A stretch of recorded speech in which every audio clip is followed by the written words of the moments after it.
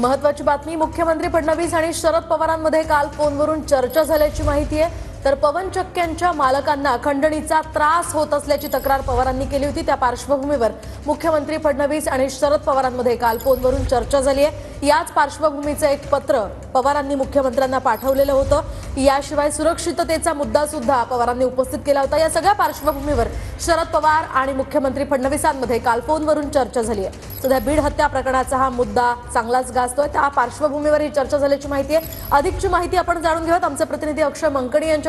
अक्षय, काय नेमकी चर्चा झाली आहे, काय माहिती मिळते?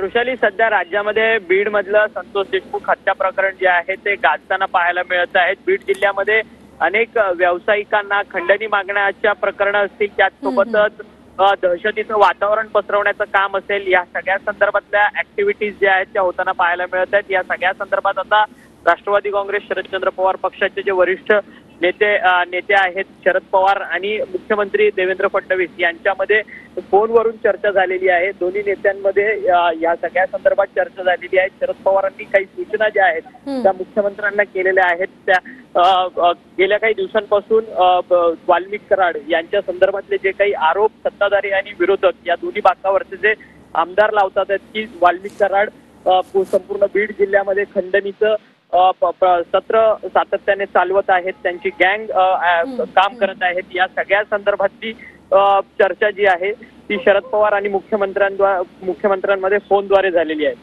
अगदी नक्कीच धन्यवाद अक्षय दिलेल्या या सविस्तर माहितीसाठी।